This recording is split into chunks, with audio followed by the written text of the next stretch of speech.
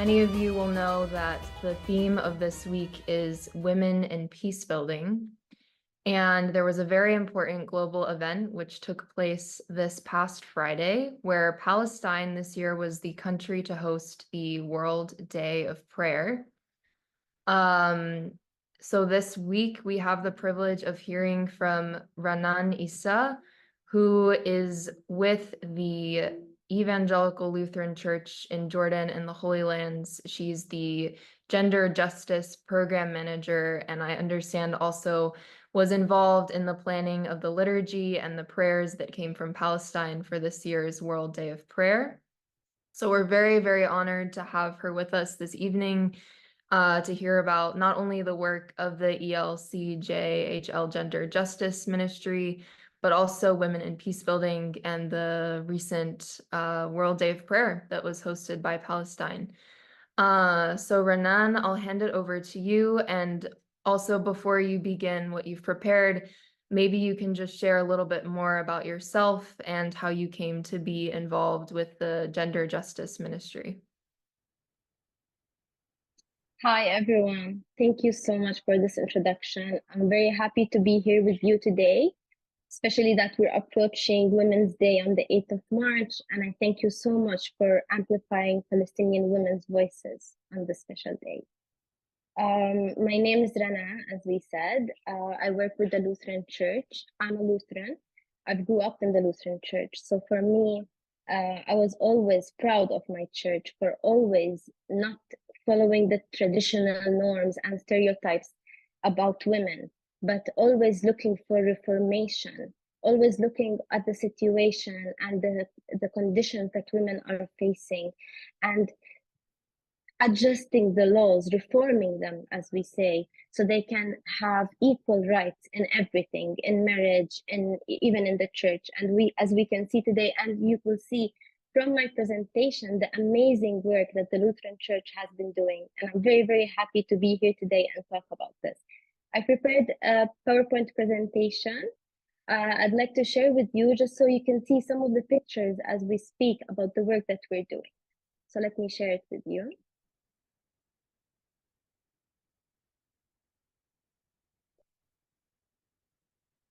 One second.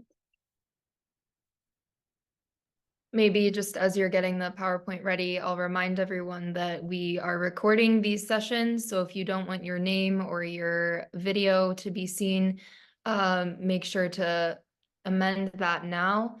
And we'll have a few moments for Q&A after the presentation. So if questions come up along the way, feel free to put those in the chat and we will ask them towards the end. Thank you, and go ahead, Rana. Thank you so much. So the Evangelical Lutheran Church in Jordan and the Holy Land is a local church. We have 6 congregations in Bethlehem, Bet Jala, Bet Sahur, Ramallah, Jerusalem, and in Jordan. We're dedicated to many essential community ministries, including we have education ministry, environmental initiatives, youth initiatives, diaconia, and gender justice. Our mission is simple. We promote respect and justice for all, regardless of age, gender, race, or ethnicity. In our work, we have seen the power of women. Women have been champions for social justice. They are the ones who are leading the charge in climate and gender justice. They are dismantling patriarchal structures. They're champion for the cause of justice for all. Their dedication to empowering women and girls align perfectly with the teachings of Jesus, who affirmed the worth and dignity of every person, regardless of gender or ethnicity.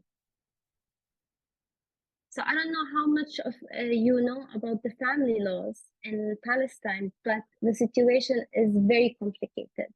The family laws are drafted and governed by religious courts, such as the Sharia courts and the ecclesiastical courts for Christians.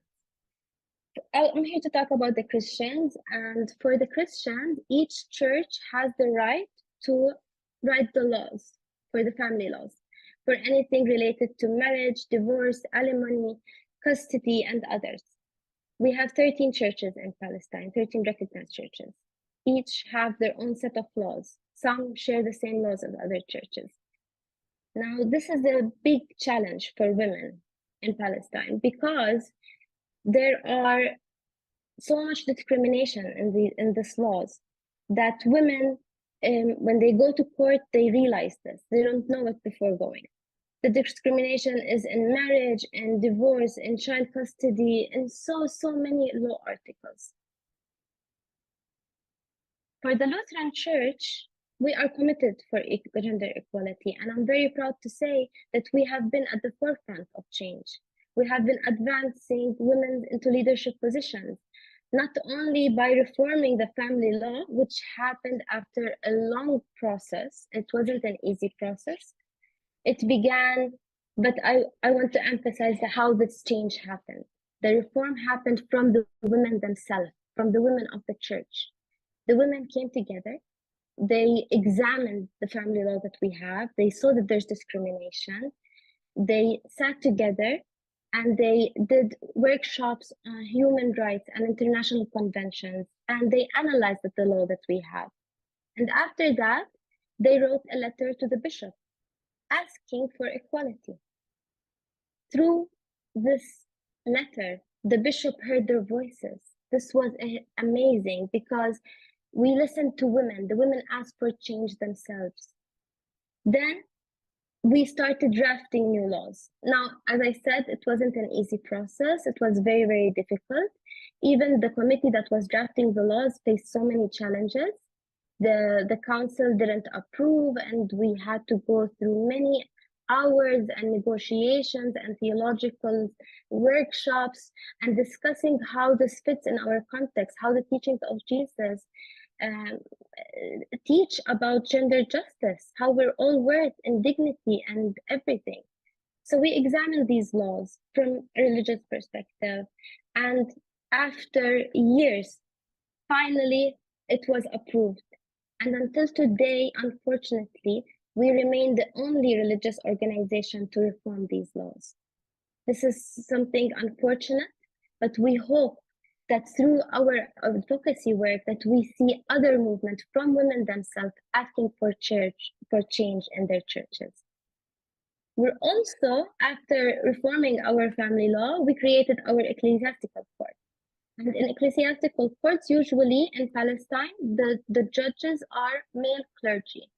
Usually they don't know anything about marriage because some of them are not allowed to get married. So they don't know anything about marriage issues, but they take courses in law, specifically in religious law schools. And this also is a barrier for women who, when they go to the court and they want to talk about sensitive issues, sometimes they don't feel comfortable sharing these issues with men, especially if it's clergy who don't really understand about how relationships work. I'm proud to say that in our Lutheran church, when we did the church, we appointed 2 female judges. And this is something amazing that we are doing in advancing women into leadership positions. And through this, we have noticed and talked with so many women who said how relieved they are to have female in courts. Also, another thing is a historical event that happened last year in January.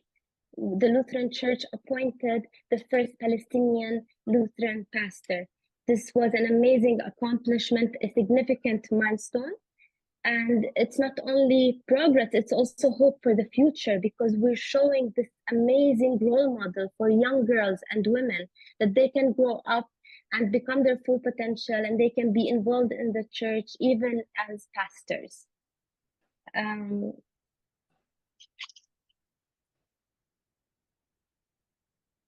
This is some of pictures of our work, because our work is not only confined to the church walls. We organize capacity building workshops, webinars, advocacy campaigns, annual conferences. Everyone can come openly and respectfully come and discuss gender-related issues, share their experiences, their perspective and concerns. We create advocacy material to work with our advocacy campaigns. We have research papers, book, video documentaries, short videos aimed at raising awareness for women themselves and also for others, just so they know about this discrimination that exists. So this material is very, very important in spreading the message of gender justice and equality.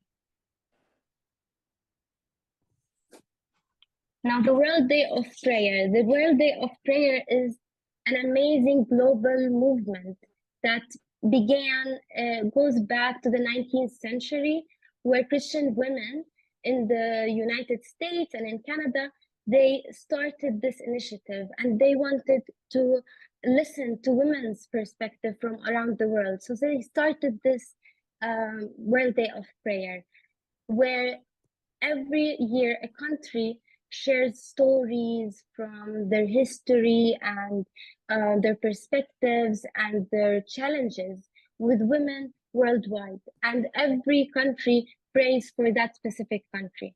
This year, by coincidence, Palestine was the country where all the countries prayed for. And I must say that by coincidence, but we really needed it. We really needed this prayer. We needed the solidarity of all the churches coming together, especially the women coming together and praying for Palestine.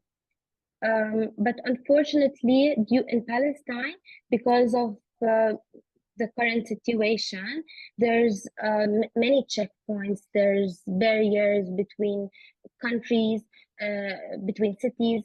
So it's very difficult to, it's one day, World Day of Prayer is on one day, but in Palestine, we had to do it in 3 days. We had to do it in Jerusalem, in Bethlehem, and in Ramallah on 3 days after each other. This was amazing because it gathered so many people, local and international, all came together with the presence of bishops who saw the women leading prayer, and how amazing it is when women go up and speak. It's a group of ecumenical women that wrote this liturgy. I wasn't involved in writing the liturgy, but I was involved in preparing on that day.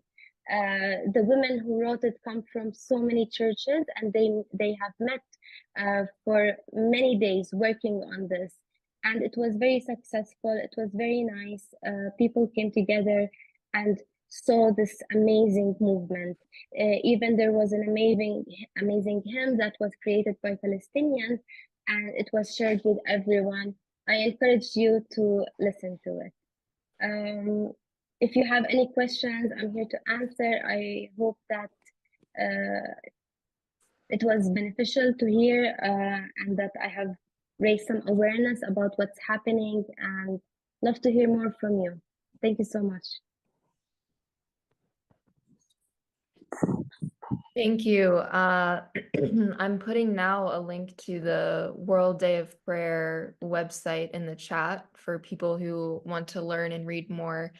Maybe, Ranan, you can speak a little bit about the women who shared their stories in the liturgy, just to begin, and sort of how women became involved in the planning for this service this year.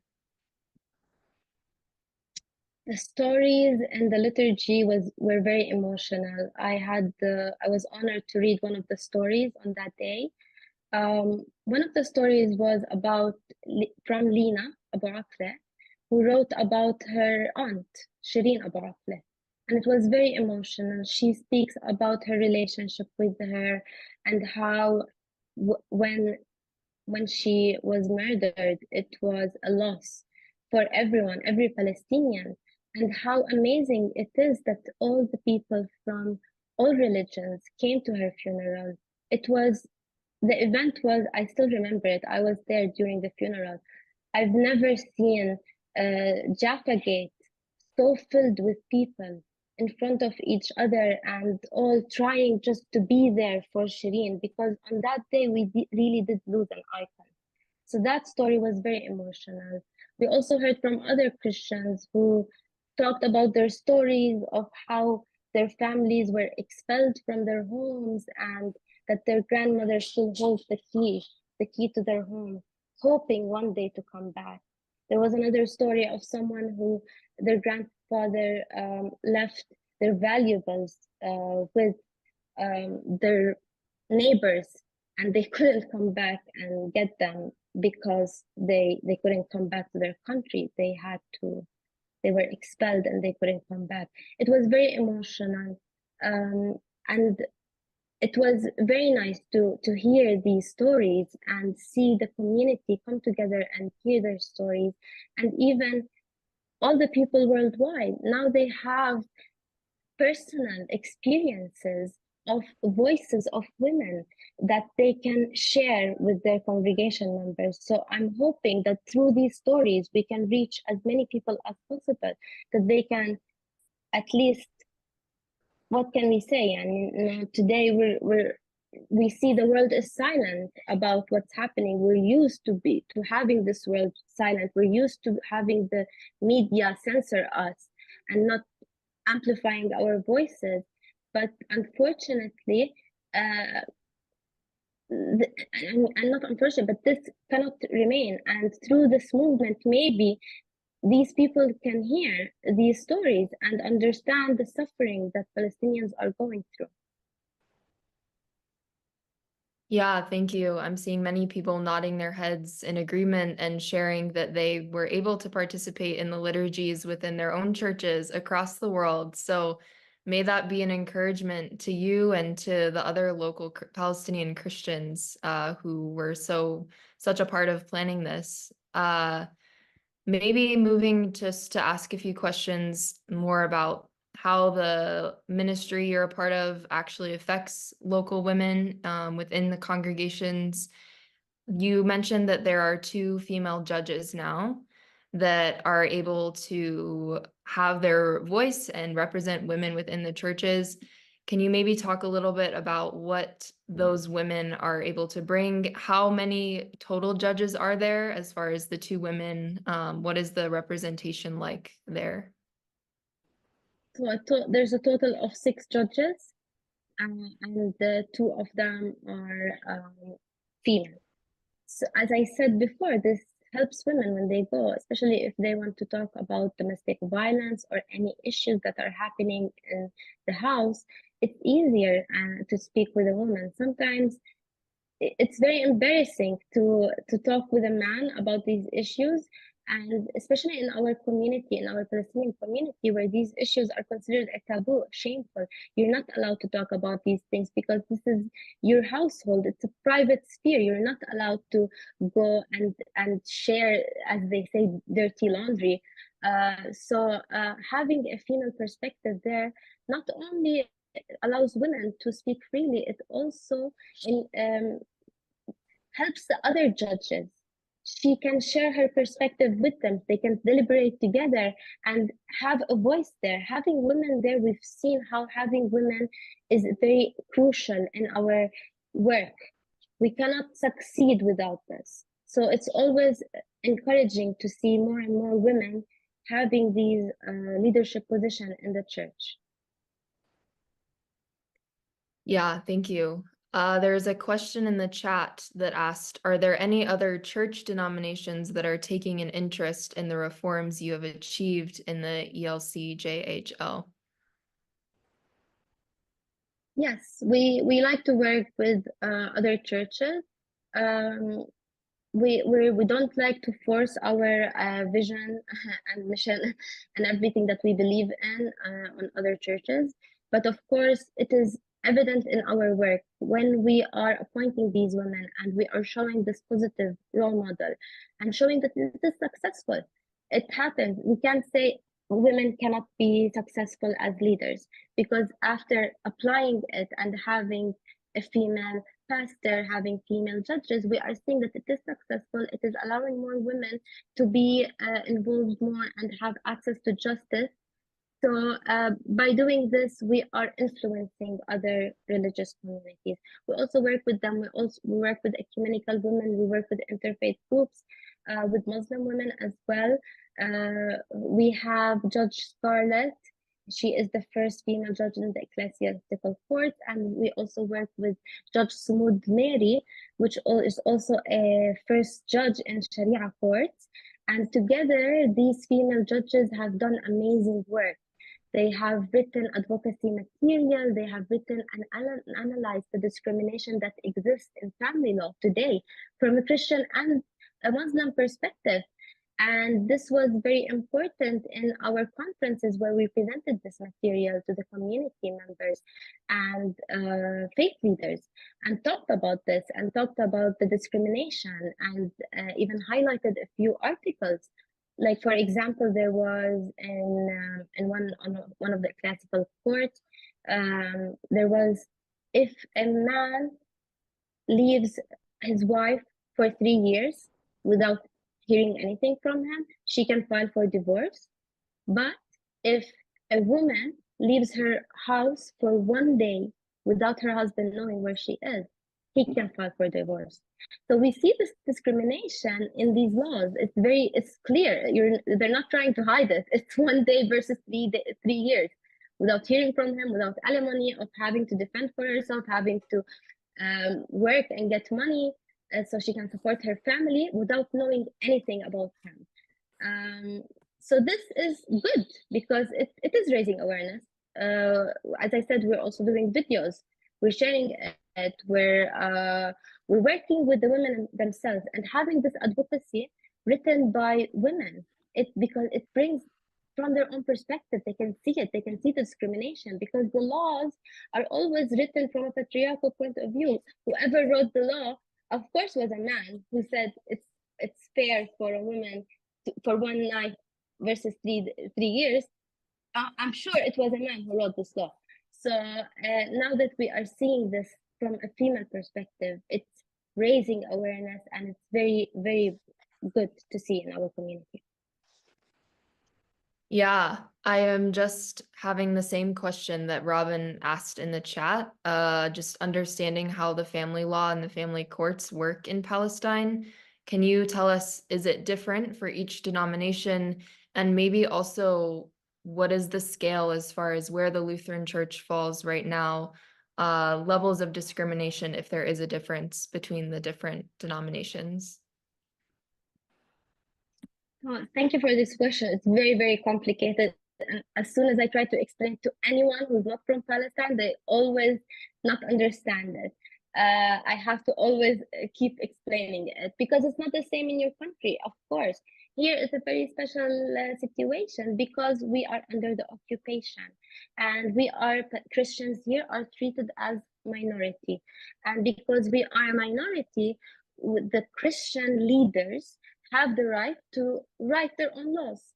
The state doesn't interfere. They don't want to interfere. Solve your own problems, they told the churches. So, as I said, there are 13 recognized churches in Palestine. From these 13 churches, some have their own law and some share the same law. I'm not sure how many laws there are. Maybe there's 6 or 7. But why is this a problem? Because when the woman gets married, she gets married to the denomination of her husband. So she is under that law, the church law. So if that church doesn't have, for example, divorce, they have to switch to another denomination so they can get divorced. There's so many issues with this, not only for divorce, it's also because other issues like alimony and custody, where from a court to court there are different laws, and sometimes they contradict each other. And it's very important to know that these laws have never been reformed for centuries. Some are very outdated. They don't make any sense in our modern day.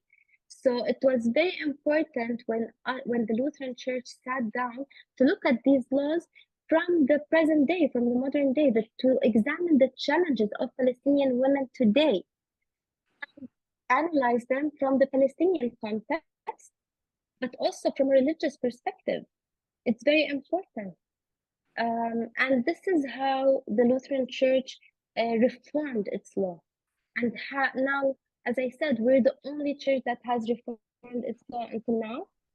But we hope that we see that I don't keep saying we're the only one. I hope in the next few years will be 2 and 3 and 4, because this is how change begins, right? It begins slowly, and then you plant the fruit and you plant the seed, and then the tree grows and you can see the fruits. And this is what we're hoping to, what we're doing today. That image is certainly an encouraging one. As many of us on this call are activists and advocates in our own right, in each of our own spheres. I'm wondering if maybe you could reflect on, because the theme of the Kumi session this week is women in peace building.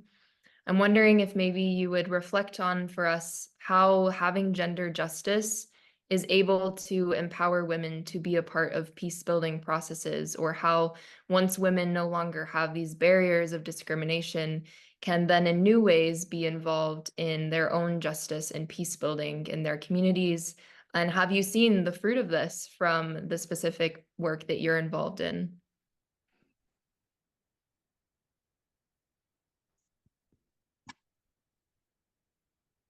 So of course, gender justice is very important. It's very, very important in our world.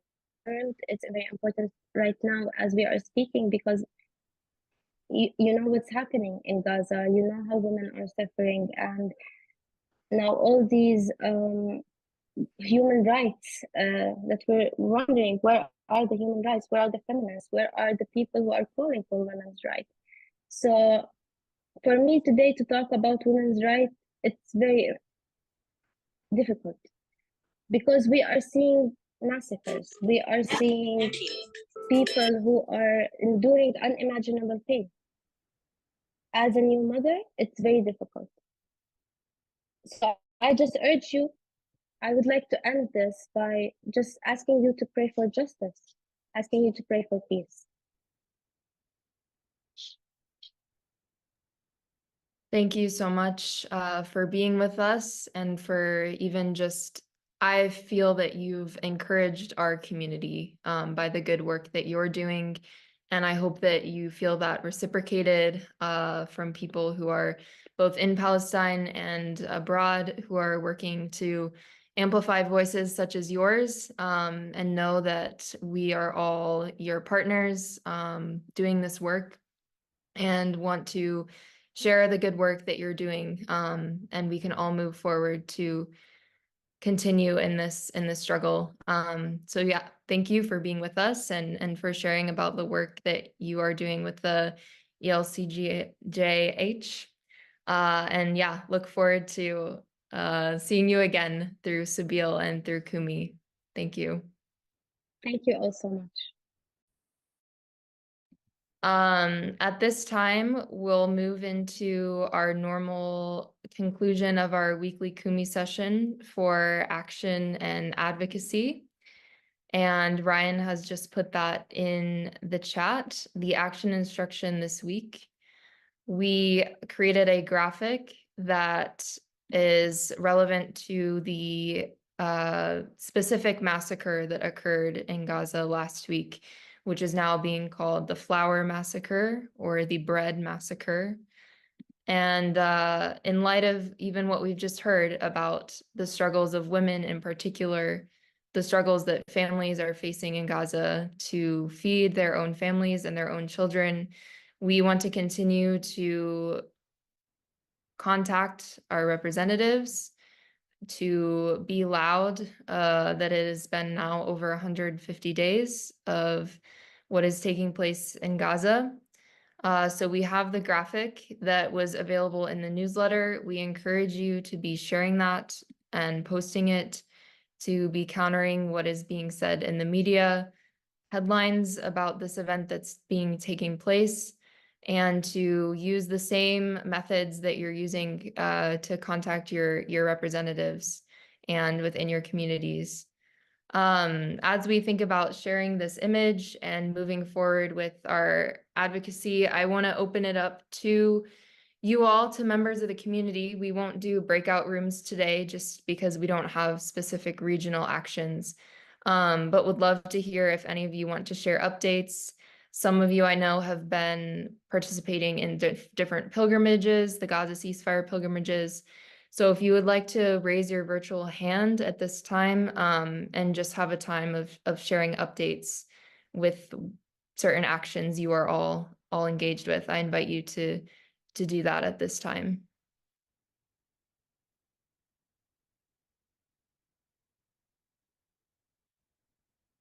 Yeah, Dorothy, go ahead.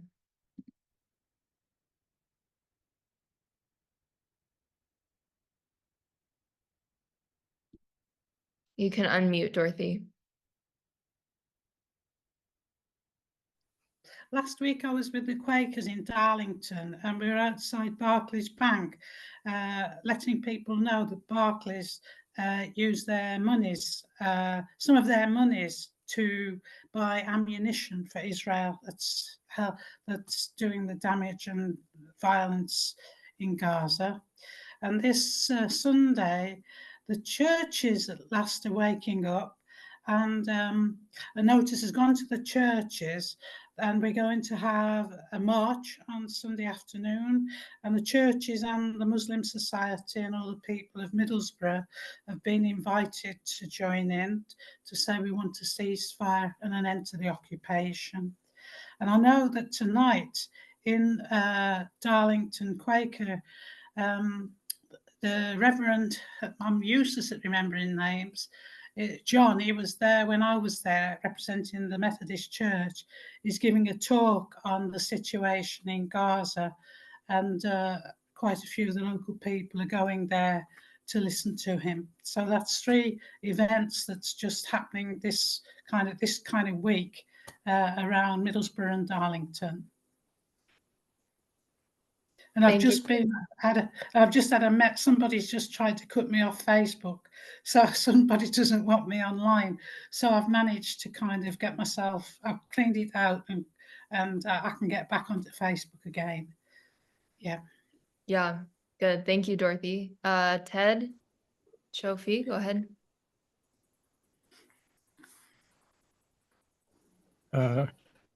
Yes, we had an opportunity this week, as a matter of fact, Sunday, to present to our United Church of Christ parish something actually was prepared by the United Church of Christ Palestine Israel Network, and also to just introduce the whole situation in Gaza and what's going on there and the history and so forth. Anyway, we are very encouraged with the outcome.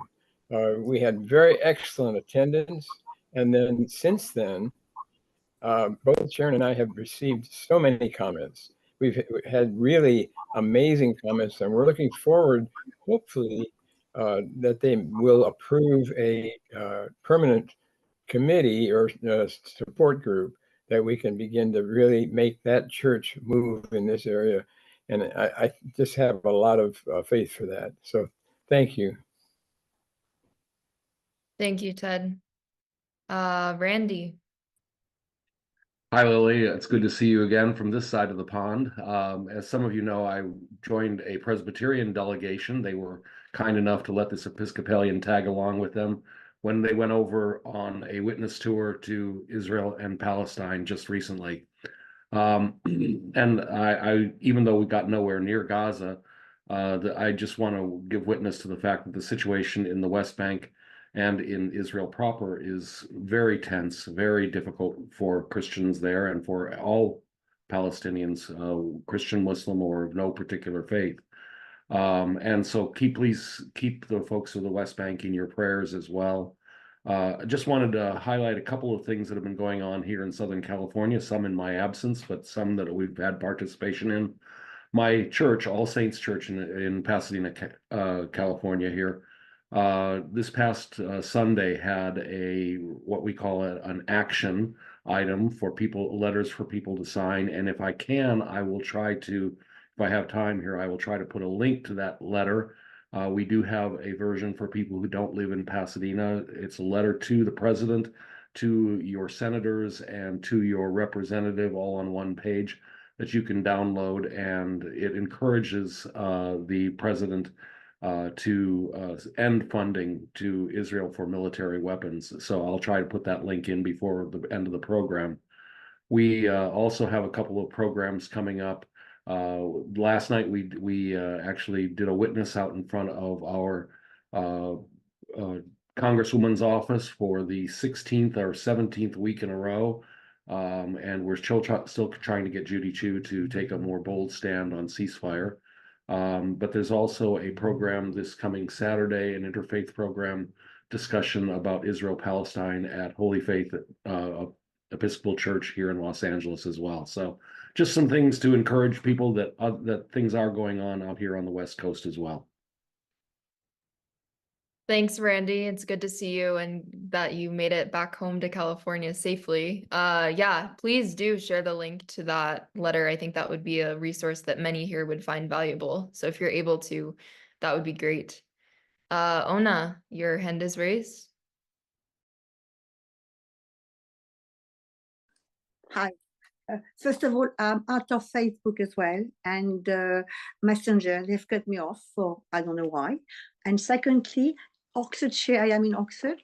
What's happening, we have the fight back on the 7th, or I'm reading it, I do apologize, 7th of March, 5 o'clock.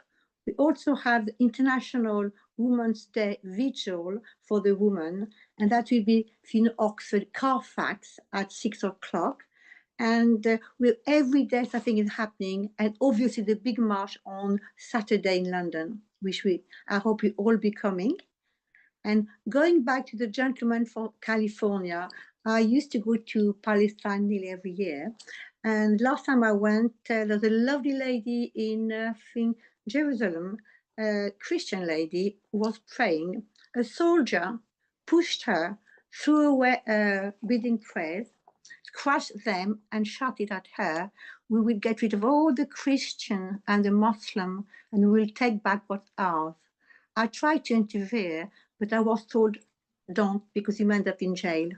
For just, it's terrible what's happening. And what do you think of our church leaders who are totally keeping very quiet? I am totally appalled, disgusting. I feel like giving my cards no more religion, because how dare they? The Christian, the Church of England, the Catholic, what are they playing at? Are they all Zionists? That's my question to you. And everybody, hi, love you all. Una, if I can respond, I would just say that I think that we should direct our anger more towards our own church leaders in our own country.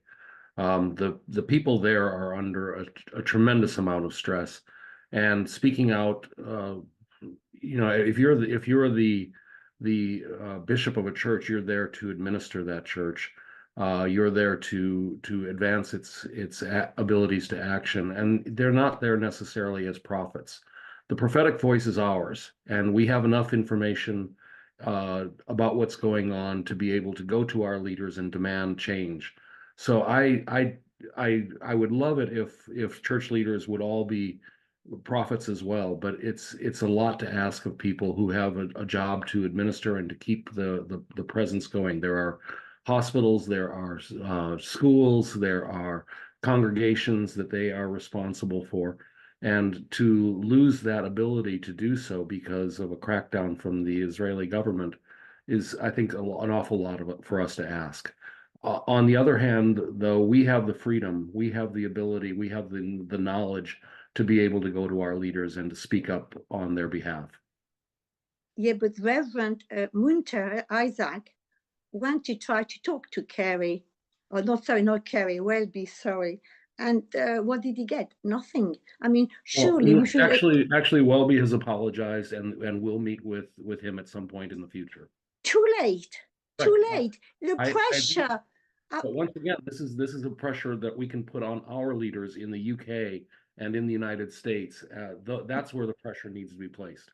Yeah, but his apology means nothing now. I mean, surely, if Jesus came back, what will have happened to him? God knows. I'm really angry. What is your name again? What's your name? Randy. Randy, I do apologize. Randy, I have been since Christmas. I didn't even celebrate Christmas. I refused. I was really in a terrible state. And it wasn't all about me. It was about my friend. I lost 26 of my friends at the medical center. You know, how on earth can you forgive? I really cannot. I'm not a good Christian. I cannot forgive. Therefore, I think wish you all well. that's a deep question, and I think we are all asking that as we've been angry in new ways, very new ways in the past 5 months. And I know that for those of you who attend Thursday service weekly, this is also a place where we can explore these questions and ask, how can we forgive in the face of so much evil?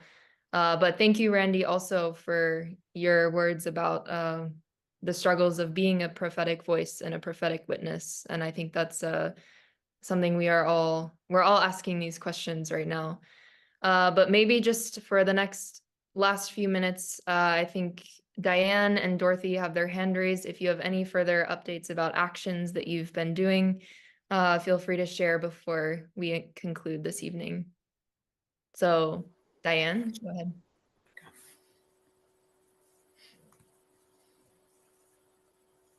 I just wanted to share, I'm hearing people say that they were cut off Facebook recently. I was cut off in the last hour. It seems like we have something in common. We're all working for Palestine. The last I posted was something from Rachel Corey.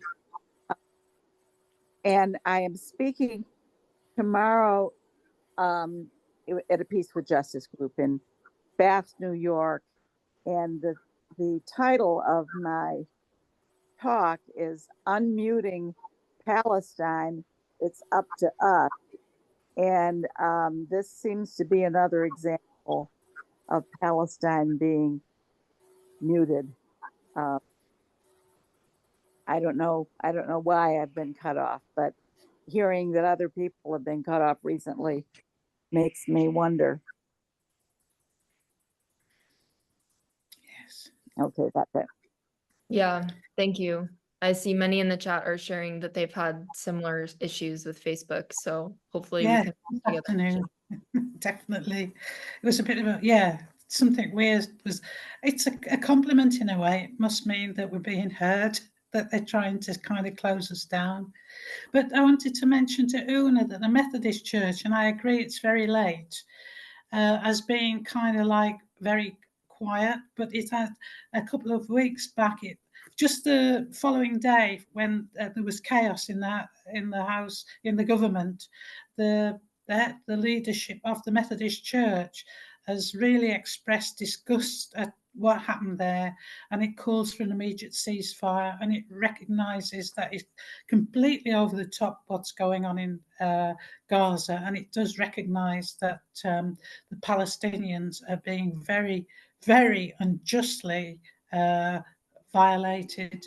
So the Methodist Church has and when the Reverend knew we were involved in a march around Middlesbrough this weekend, he sent a copy to all our churches of the statement that was issued and an encouragement for the churches to get involved on Sunday afternoon. We are late, as you say, we're very late. But the Methodist Church is definitely supporting the cause of the people in Gaza. It's disgusted with it, yeah. And I can tell you that in Britain, you can tell we're hitting a nerve because even the Prime Minister's speaking out against us now. We've already lost some of our protest rights about marching with the climate change, and now he wants to step on us. So I always think that when politicians start making it a bit more draconian, we're hitting a nerve. So we are effective, because they wouldn't have bothered with us if we hadn't hit a nerve. Thank you, Deborah. Keep on hitting a nerve until. Yeah, thank you, Deborah. Thank you, Dorothy. And thank you all for sharing about what you're doing and continuing to be advocates even when people want voices to be silenced. I think we'll end our time here, even though it's a bit before the hour this week. I hope you are all encouraged by this time to share a little bit of updates from ourselves and also to hear the important presentation from Ranan. And we will see you next week for Kumi. We will have a speaker, Baha, who does important initiatives as far as preserving Palestinian culture with olive trees. And he's worked previously for the YMCA here in Palestine. So you can be looking forward to that. And as always, our hope is that this time gives you the information and the education and the knowledge that you need to carry on your advocacy within your own homes and communities and networks.